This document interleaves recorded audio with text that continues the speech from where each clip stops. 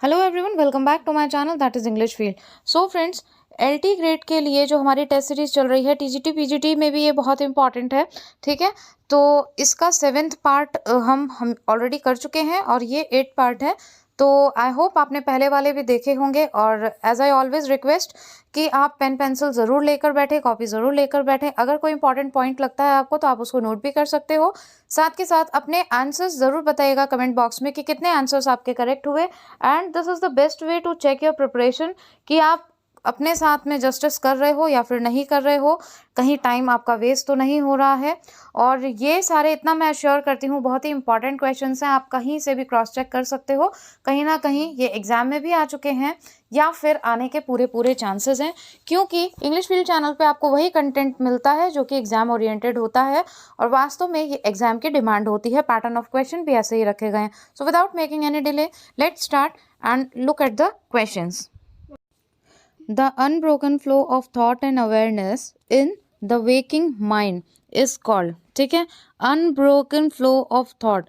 जो भी आपके माइंड में इमोशन, फीलिंग, जो भी थॉट प्रोसेस है आपका, जो भी थॉट आ रहे हैं फ्लो में, and awareness in the waking mind, और उस चीज़ से आप अवेयर हैं किसी भी सिचुएशन से, किसी भी चीज़ से।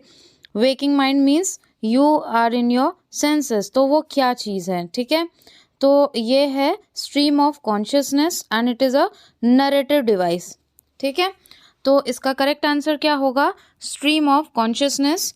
ए is the correct answer, option A is correct one. What is mean by catharsis? Tragic flaw in the antagonist, tragic flaw in the protagonist, false step taken in dark, या फिर purgation of emotion of pity and fear. Already ये मैं explain भी कर चुकी हूँ आपको catharsis, और these are very important term. तो purgation of emotion of pity and fear is the correct answer. So option D is the correct answer for catharsis. It is kind of emotion of pity and fear, मतलब दया और थोड़ा जो कहते हैं डर का भाव वो होता है, तो उसे कहते हैं हम कैथारसिस। आइए देखते हैं नेक्स्ट क्वेश्चन।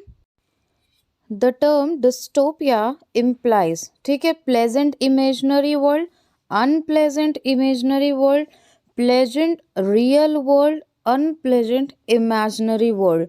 इसके जो भी ऑप्शंस दिए हुए हैं वो कंफ्यूजिंग भी हैं और इंटरेस्टिंग भी हैं। अगर आप ध्यान नहीं देते हो तो प्रॉब्लम हो सकती है, ठीक है।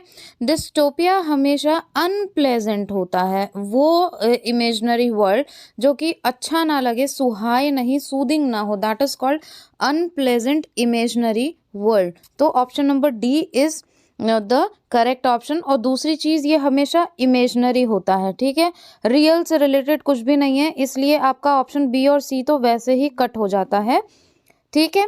फिर दूसरा, इमेजनरी वर्ल्ड हमें ऑप्शन ए में मिलता तो है जो कि डिस्टोपिया पे एसोसिएटेड है ये टर्म, बट प्लेजेंट यहाँ पे दिया हुआ है, जबकि डिस्टोपिया होता कैसा है?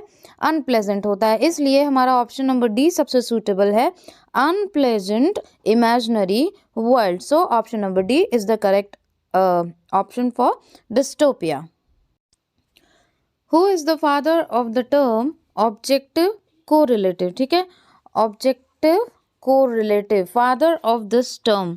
तो कौन है ऑब्जेक्टिव कोरिलेटिव में? हमेशा टी.एस. एलियट का नाम आता है, और टी.एस. एलियट आपके एलटी के सिलेबस में भी है। मुझे इसका पूरा नाम बताइएगा, टी.एस. है शॉर्ट फॉर्म में, आप मुझे इसका पूरा नाम बताइएगा।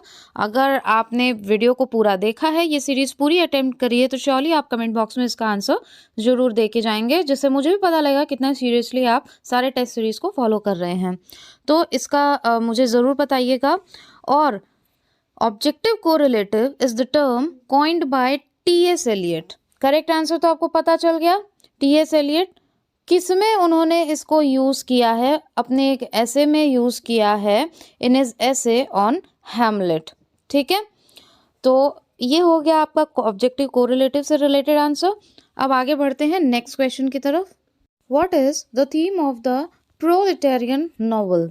अब देखिए, जो ये नॉवल का टॉपिक है बहुत ही अच्छे से डीपली मैंने एक्सप्लेन किया है आपको जो लिटरेरी टर्म की प्लेलिस्ट है वो बहुत इंपॉर्टेंट है, उसमें आपको ये सारे मिल जाएंगे। पार्ट वाइज नॉवल के 3 से 4 वीडियो हैं, उनको आप ज़रूर देखिए। एक भी क्वेश्चन नॉवल में से आपका एग्जाम में नहीं छूट सकता है अगर आप इन वीडियोस को देख लेते हैं।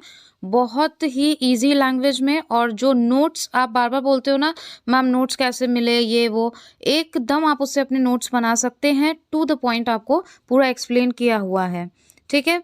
पर देखने के लिए थोड़ी सी मेहनत तो करनी पड़ेगी। डिस्क्रिप्शन बॉक्स में I will provide you link, playlist का लिंक आपको मिल जाएगा, उसको एक बार आप ज़रूर चेक करें। चलिए अब देखते हैं क्या होता है प्रोलिटेरियन नॉवल, और साथ में मैं ये बता दूं कि नॉवल से एक क्वेश्चन आपको ज़रूर देखने को मिलेगा। And again I am reminding you, जो चीज़ें आपको पता है कि वो इम्पॉर्टेंट है, उनको अगर आप इग्नोर करते हो तो आपने अपने टारगेट को सही से लिया ही नहीं है। बातें कभी कभी कड़वी ज़रूर होती हैं लेकिन सच होती हैं, ठीक है। तो देखिए प्लोरिटेरियन जो नॉवल होती है वो क्या होता है, वर्किंग क्लास से ही रिलेटेड होती है, ठीक है। मोस्टली क्या होता है, it is written by workers for other workers, right. ये वर्कर द्वारा वर्कर के लिए ही लिखी जाती है और वर्किंग क्लास के लिए लिखी जाती है।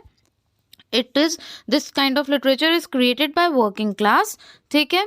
और ये जो होती है वो क्लास कॉन्शियस प्रोलिटरेट होते हैं, उनके द्वारा ही ये लिखी जाती है। तो अब आप ये देखिए कि इसमें से सबसे जो एग्जैक्ट आंसर है वो कौन सा आपका सही बैठता है। बहुत ही सिमिलर से ऑप्शंस दिए हुए हैं आपको। एरिस्टोक्रेटिक क्लास, एरिस्टोक्रेटिक आपको पता है जो बहुत ही लाविश लाइफ जीते हैं, ठीक है, क्लासी। और वॉरियर्स आपको मालूम है जो एकदम फाइट करने को तैयार रहते हैं। Middle class you already know. Working class, ये मिल गया आपको आपका answer, written by workers for working people for workers. तो ये है वर्किंग क्लास, तो D is the correct answer. फिर से मैं आपको बोल रही हूँ कि इस टाइप के क्वेश्चन आपको ज़रूर देखने को मिलेंगे, तो ऐसे मेन इंपॉर्टेंट टॉपिक को आप बिल्कुल भी मत छोड़िएगा। The character which remains almost unchanged throughout the story, ठीक है। a character which remains almost unchanged throughout the story, कोई स्टोरी होती है उसमें जो कैरेक्टर होता है वो थ्रूआउट क्या होता है, चेंज नहीं होता, इट रिमेन्स अनचेंज्ड। तो उसका कौन सा आंसर होगा, ये भी बहुत इंपॉर्टेंट क्वेश्चन है, TGT 2001 में ये आ भी चुका है, ठीक है। तो फ्लैट कैरेक्टर जो होता है वो माइनर कैरेक्टर होता है, ये भी एक ध्यान में रखने वाली बात है। दूसरा इसमें पॉइंट आता है, ये जो कैरेक्टर होता है वो सपोर्ट देता है किसको, स्टोरी में जो मेन कैरेक्टर रोल होता है, मेन रोल का जो कैरेक्टर होता है उसको ये सपोर्टिंग रोल कहा जाता है, ये सपोर्ट देता है एंड इट रिमेन्स अनचेंज्ड। और आपको अगर ऑप्शन में ये भी आ जाए कि सपोर्टिंग रोल कौन सा कैरेक्टर है, तो आपको पता होना चाहिए कि जो फ्लैट कैरेक्टर होता है वो अनचेंज्ड होता है और सपोर्ट करता है मेन कैरेक्टर को, मेन रोल को। ओके, सो अब तो इसका आंसर आपको पता चल ही गया होगा। D is the correct answer for this question. A poem consisting of 4 lines और 4 lines of a poem that can be considered as a unit, मतलब पोएम जिसमें कि 4 लाइन्स हो, दैट कंसिस्ट ऑफ 4 लाइन्स, या फिर 4 line of a poem that can be considered as a unit. उन 4 lines को किसी पोएम की एज अ यूनिट आप कंसिडर कर सको, तो इनमें से क्या है, कपलेट, क्वाट्रेन, हैको या फिर लिरिक। तो इसमें से करेक्ट आंसर क्या होगा, आप भी अपना देख लीजिएगा। 4 लाइन की जिसको एज अ यूनिट कंसिडर हम करते हैं उसे हम कहते हैं क्वाट्रेन, ठीक है। तो ये तो हो गया आपका ऑप्शन नंबर सी, क्वाट्रेन। अगर इस क्वाड्रेंट के आपको बेस्ट एग्जाम्पल चाहिए तो आप कॉलरिज का एंशिएंट मैरिनर देख सकते हो, और कीट्स का फेमस जो वर्क है, फेमस एग्जाम्पल आपके एलटी ग्रेड में भी है, ला वेलिडिम सेंस मर्सी। ये जो दोनों पोएम्स हैं इनकी, ये बेस्ट एग्जाम्पल है एंड कॉलरिज का एंशिएंट मैरिनर। तो C is the correct answer. Elegies and sonnets are 2 types of. Elegy और सोनेट किसके 2 टाइप है, इस टाइप के क्वेश्चन आपको ज़रूर देखने को मिलेंगे, और TGT 2011 में ये क्वेश्चन ऑलरेडी आ चुका है। तो एलिजी और सोनेट किसके टाइप हैं, ऑब्वियसली पोएम के टाइप हैं, तो D is the correct answer. Okay, ellipsis refers to, ellipsis क्या रेफर करता है, बहुत ही इजी ये चीज़ें हैं। और कई बार क्या होता है, जो सिंपल और इजी चीज़ें होती है हमें लगता है नहीं सबसे टफ वाली चीज़ देखें और इजी वाली हम छोड़ देते हैं, जबकि आप ये देख लो कि सच्चाई यही है। जब भी आप किसी गवर्नमेंट एग्जाम को क्रैक करते हो तो उसमें जो इजी क्वेश्चंस होते हैं, जो रिपीटेड क्वेश्चंस होते हैं, उनका आपके स्कोर में एक बहुत बड़ा हाथ होता है, क्योंकि वो जो 20 to 10% क्वेश्चंस होते हैं वो टफ सबके लिए बनाए जाते हैं और वो एक एक्सेप्शनल होते हैं। लेकिन अगर आप उसके पीछे 80% के अपने क्वेश्चंस को छोड़ देते हो, नहीं ध्यान रखते हो, नहीं कवर करते हो, तो वो गलत होता है। इसलिए जो हल्का होता है उसको भी कभी बहुत ज़्यादा हल्के में नहीं लेना चाहिए। तो इजी क्वेश्चंस पे भी आपको ज़रूर ध्यान देना चाहिए। सो एलिप्सिस रेफर्स टू, क्या एलिप्सिस बताता है? आई होप इसका आंसर सबको आता होगा। ओमिशन ऑफ वर्ड्स, ओमिशन होता है किसी चीज़ को हटा देना, हाइड कर देना, ठीक है। तो ओमिशन ऑफ वर्ड्स जो ऑप्शन नंबर ए है ये आपका इसका correct answer. Using softer sounding words to avoid bluntness, ठीक है। तो सॉफ्टर साउंडिंग वर्ड्स मतलब ऐसे वर्ड्स जो कि अपीलिंग हो, जो आपको सुनने में अच्छे लगे, टू अवॉइड ब्लंटनेस। और ऐसे वर्ड्स का क्यों यूज़ किया जाता है? ऑब्वियसली ब्लंटनेस मतलब ऐसे जो हार्श वर्ड्स हो, जो डायरेक्टली किसी के ऊपर प्रहार करे, उस टाइप के वर्ड्स को अवॉइड करने के लिए। तो साफ साफ ही दिखाई दे रहा है यूफेमिज्म, ठीक है। तो ए जो होगा वो आपका करेक्ट आंसर हो जाएगा। So option A is the correct answer. बहुत ही मोस्ट इंपॉर्टेंट क्वेश्चन है ये। अ फॉल्स आइडिया और इमेज इज नोन एज, ठीक है। फॉल्स आइडिया या इमेज को क्या बोलते हैं?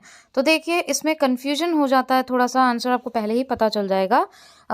अल्यूजन और इल्यूजन में एक डिफरेंस होता है और हमें जो है इसमें कंफ्यूजन हो जाता है। इल्यूजन जो होता है, इल्यूजन कब क्रिएट होता है? जबकि कोई फॉल्स इमेज आपके सामने होती है, फॉल्स आइडिया होता है। लेकिन अल्यूजन क्या होता है? अल्यूजन एक इनडायरेक्ट रेफरेंस होता है। तो अल्यूजन अलग है और इल्यूजन अलग है। यहाँ पे पूछा है फॉल्स आइडिया और इमेज, तो वो होगा इल्यूजन, आई वाला, ठीक है। तो C is the correct answer for this question.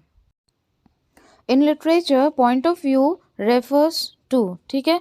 Literature में पॉइंट ऑफ व्यू जो होता है वो किसको रेफर करता है? इन सब में से तो हमें बेस्ट सूटिंग एग्जाम्पल देखना है, क्या सूट करता है सबसे बेस्ट। तो इसका जो करेक्ट आंसर होगा वो होगा B, when and where the story takes place, जहाँ और जब, ठीक है। जो स्टोरी जहाँ और जहाँ जिस प्लेस पे और जब भी होती है तो उसको कहते हैं पॉइंट ऑफ व्यू, उसी को रेफर करता है। क्योंकि बाकी ऑप्शंस देखिए बिल्कुल भी सही नहीं लग रहे हैं। Obstacle the main character, obstacle मतलब बीच में किसी तरीके का हर्डल या रुकावट, ठीक है। फिर who the main character is, ये तो बिल्कुल ही अजीब है, बिल्कुल ही इससे वो नहीं लग रहा है। Who is telling the story, जो स्टोरी बताता है वो कभी भी पॉइंट ऑफ व्यू नहीं हो सकता, ठीक है। उससे पॉइंट ऑफ व्यू कैसे पता चल सकता है आपको? So when and where the story takes place is the correct answer. यहाँ पे आपको सेंटेंस कंप्लीट करना है। The reversal of fortune of a tragic hero is called, ठीक है। द रिवर्सल ऑफ फॉर्चून मतलब जो चीज़ें अच्छाई में चल रही थी, ऑल ऑफ सडन वो ट्रैक बिल्कुल चेंज हो गया, और किस में हो गया? इसी को कहते हैं रिवर्सल ऑफ फॉर्चून। तो ऑफ अ ट्रैजिक हीरो, तो इसका जो करेक्ट आंसर होगा वो क्या होगा? ये होगा पेरिपेटिया, ठीक है। इसके बारे में डिटेल में मैं आपको ऑलरेडी एक्सप्लेन कर चुकी हूँ, जो बाकी की पीछे की सीरीज़ हमारी हो चुकी हैं। अगर आपने नहीं देखी हैं तो उनको ज़रूर देख लीजिएगा। ये हमारा 8th पार्ट है। तो ये सारी टर्म्स ऑलरेडी कैथारसिस है, पेरिपेटिया है, ये सब हम एक्सप्लेन कर चुके हैं। सो इसका करेक्ट आंसर होगा बी। अब व्हाट इज़ बैरक, ठीक है। बैरक क्या होता है ये टर्म अच्छे से हमने एक्सप्लेन की है चैनल पे, तो आप प्लेलिस्ट में चेक कर लीजिएगा अगर आपको इससे रिलेटेड कुछ भी और जानना हो तो डिटेल में। बी इसका करेक्ट ऑप्शन होगा, जो कि है स्टाइल। बैरक किसी तरीके की जेल से रिलेटेड नहीं होता है, ये एक स्टाइल होता है, ठीक है। And it was originated in Italy in the early 17th century. कब? Early 17th century. तो ये आपका टाइम भी पूछा जा सकता है आपसे, एंड प्लेस भी पूछी जा सकती है, तो आपको पता होना चाहिए। और ये एक आर्किटेक्चर का स्टाइल है, एक आर्ट है, ठीक है। तो उसे कहते हैं बैरक, ना कि ये कोई कल्चर है या फिर कोई जेल वगैरह से रिलेटेड है, right. So B is the correct answer. अब है बहुत ही important question, what is soliloquy, ठीक है। तो सोलिलोकी क्या होता है? An act of secret thought uttered aloud, जो कि एक्टर के कोई भी थॉट्स होते हैं, उसके माइंड में कोई भी इमोशन या वो कुछ भी उसके दिमाग में चल रहा होता है, वो ज़ोर से बोले, या फिर सीक्रेट स्पीच होती है, या फिर actor speech not to be heard by audience, वो कि ऑडियंस को ना सुने और स्पीच एक्टर की हो, या फिर actor speech meant for other characters also. वो स्पीच होती है, एक्टर जो बोलता है डायलॉग वो तो बोलता ही है और दूसरे कैरेक्टर्स को भी सुनाई देता है, ठीक है। तो इसका जो करेक्ट आंसर होगा वो होगा A, an actor secret thought uttered aloud, ठीक है। सीक्रेट थॉट होता है लेकिन जोर से वो बोला जाता है, ऐसा नहीं है कि सुनाई ना दे, ठीक है। दूसरी चीज़ मैंने आपको सोलिलोकी है ये एपिलॉग भी बताया है। अगर आप इस टेस्ट सीरीज़ को अच्छे से स्टार्टिंग से फॉलो कर रहे हैं तो इनके बीच के डिफरेंसेस अच्छे से जानते होंगे। मोनोलॉग है, एपिलॉग है, सोलिलोकी है। तो मुझे बताइएगा कि एपिलॉग में क्या होता है, राइट। एपिलॉग में जो डायलॉग डिलीवर किए जाते हैं उसकी क्या कंडीशन होती है। तो an actor secret thought uttered aloud, this is called soliloquy. So friends, I hope आपको ये सीरीज़ पसंद आई होगी, क्वेश्चन पसंद आए होंगे। अपने आंसर ज़रूर कमेंट बॉक्स में बताइएगा कि आपको आपके कितने आंसर्स करेक्ट हुए। If you have any request related to any topic of TGT, PGT और LT grade, then please let me know through comment box, and please अपना फीडबैक ज़रूर दीजिएगा कि आपको वीडियोस में कुछ इंप्रूवमेंट्स चाहिए, क्योंकि हमेशा देखिए जो भी अमेंडमेंट्स होते हैं आपकी रिक्वेस्ट पे होते हैं तो वो आपके लिए बेनिफिशियल होते हैं, क्योंकि this channel is design for you. और उसी तरीके से प्लीज़ सपोर्ट भी करिए, क्योंकि जो मेहनत होती है आप अप्रिशिएट करते हो, and thanks a lot for this. लेकिन आप जितना अप्रिशिएट करते हो लाइक करना भूल जाते हो, तो प्लीज़ थोड़ा इतना सा तो कर दिया करिए। अगर किसी को ज़रूरत है, कोई आपके ग्रुप में है, तो उनको शेयर भी कर दीजिए और अच्छे से पढ़ाई करिए। Knowledge is name of sharing. इसलिए बाकी decision is yours. Thank you so much for watching and giving your precious time, and stay tuned for another series. Thank you.